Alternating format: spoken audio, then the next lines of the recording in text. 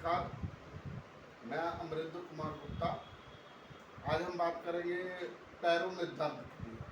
अक्सर देखते होंगे पैरों में दर्द और स्वेलिंग आ जाती है कुछ लोगों को, पैरों में दर्द बना रहता है। उसके पीछे दो दो कारण हैं। एक तो पहला कारण है आदमी बुजुर्ग होता है, ज़्यादा ओल्ड एज हो जाता है, तो उस कंडीशन में ऐसा होता है कि बहुत सारे नसें आर्टरी वो कमज़ोर हो जाता है, शरीर में वजन रहती है, तो वो भी एक कारण है। अब प्रश्न उठता ये है जो कि चलो बुजुर्ग में तो ये समस्या है तो हम समझ में आ गए, यंग में ऐसा क्यों? तो यंग में भी उसके पीछे एक सबसे बड़ा कारण है कि उसकी स्टैंडिंग जॉब होती है, खड़े रहता है, वो 8-10 घंटे खड़े रहता है, उसको रेस्ट नहीं मिल पाती है। अब कंटिन्यू खड़े रहेंगे तो ये दिक्कतें तो आएगी ना, पैर में दर्द होगी। अब पैर में दर्द होगी तो उसका सॉल्यूशन है जो कि बीच बीच में ब्रेक ले, लेकिन ब्रेक नहीं मिल पाता है, इस कारण से उनको दर्द बनी रहती है। तो उससे का एक सबसे बेस्ट आसान तरीका, जब भी वो घर पे रेस्ट करता है, घर पे रेस्ट के लिए जब आता है खाना वाना तो तकिया पे तो हम सर में लेते ही हैं, पैर में हम भी 2 तकिया डाल दें, 1 तकिया डाल दें, ताकि पैर की फ्लो थोड़ा सा टेढ़ा रहेगा इस पोजीशन में, तो ब्लड जो है इधर की तरह आएगा, चेस्ट की तरह। पता है आपको, हार्ट हमारा ब्लड का फिल्टर करता है, अब फिल्टर करके फिर दोबारा सप्लाई होता है, काफ़ी हद तक कमी हो जाएगी। अब हम बात करेंगे ओल्ड एज में, तो हम बता ही दिए, तो अब ओल्ड एज में का सॉल्यूशन क्या है? फिर भी दर्द नहीं जाती है, या यंग में भी कई बार दर्द नहीं जाती है, तो उसके लिए फिर हम क्या करें? तो उसके लिए सबसे पहला विकल्प, पहला स्टेज में आते हैं हम शुगर टेस्ट करवाएं, सीबीसी करवाएं और एलएफटी केयर करवाएं। ये यंग पे भी लागू होता है और बुजुर्ग पे भी लागू होता है, क्योंकि पैर में दर्द है, स्वेलिंग है, तो शुगर का सबसे बड़ा मैटर होता है, सीबीसी का भी बहुत बड़ा रोल है, और किडनी का टेस्ट का और लिवर का टेस्ट का भी उसमें बहुत बड़ा रोल होता है, इसलिए ये करवाना ही होता है। उसके बाद जो भी रिजल्ट आता है उसके अनुकूल मेडिसिन खाएंगे, आप ठीक हो जाएंगे। उसके बाद एक और विकल्प है, और ये भी देखना होता है क्योंकि आपका शरीर कमजोर तो नहीं है, कमजोरी फील तो नहीं होती है, चक्कर तो नहीं आ रहे हैं, और ये दोनों लोगों पे लागू होता है, बुजुर्ग पे भी यंग पे भी। क्योंकि बुजुर्ग तो चलो घर में रहते हैं तब ये दिक्कतें, यंग तो ड्यूटी पे है।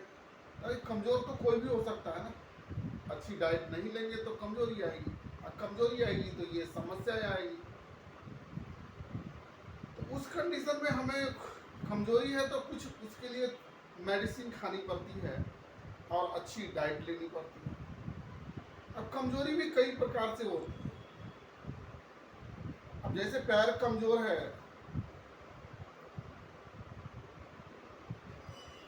तो दर्द बढ़ेगा, शरीर कमज़ोर है तो चक्कर आएंगे। तो उस कंडीशन में कुछ नर्वस सिस्टम की टैबलेटें आती है, वो सब खानी होती है। वो सब खाएंगे तो कुछ टाइम में धीरे धीरे खाने के बाद वो सही हो जाता है। यही सब कारण है। अब फिर से हम दोबारा बता रहे, एक एक चीज को ध्यान रखिएगा। कमजोरी पहला कारण, दूसरा कारण जो कि ओल्ड एज में फैटी शरीर है या शुगर वगैरह इस टाइप का बीमारी है, तो या यंग है, स्टैंडिंग जॉब करता हो, उसको रेस्ट नहीं मिल पाता है इस कारण से, तो स्लीपिंग कभी भी इस मोड में करें। उसके बाद कुछ टेस्ट कराएं, डाइट को चेंजिंग करें, और उसके बाद जो भी मेडिसिन डॉक्टर से मिले और जो भी मेडिसिन देता है वो टेस्ट तो आपको बता ही दिए थे, सीबीसी, एलएफटी, केएफटी कराना होता है। उस कंडीशन में जो भी रिजल्ट आता है उसको फिर चिकित्सक दवाइयाँ देते हैं, वो ठीक हो जाते हैं। कई बार वो ठीक ही नहीं होता है, क्योंकि बहुत लंबा टाइम लगता है, लंबा प्रोसेस है, क्योंकि बहुत लंबे टाइम से ये दिक्कतें आती है। उस कंडीशन में हमें लंबी दवाइयाँ भी खानी होती है। अब कई बार लोग दवाई खाना भी पसंद नहीं करते हैं, क्योंकि उसको उतने टाइम तक वो उसी को कवर नहीं कर पाते, तो उसका दर्द बना ही रहता है।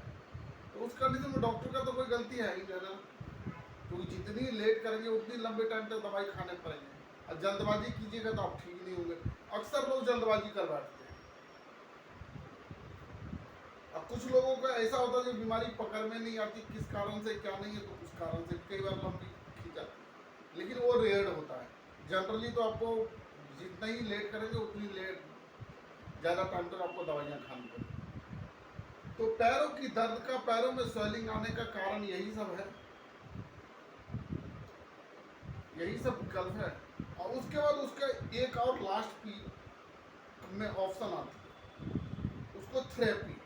जैसे गर्म पानी से सिकाई करते हैं, मोम का सिकाई करते हैं, या फिजियोथेरेपिस्ट के पास जाकर हम सिकाई करते हैं, उससे भी प्रॉब्लम सॉल्व हो जाती है।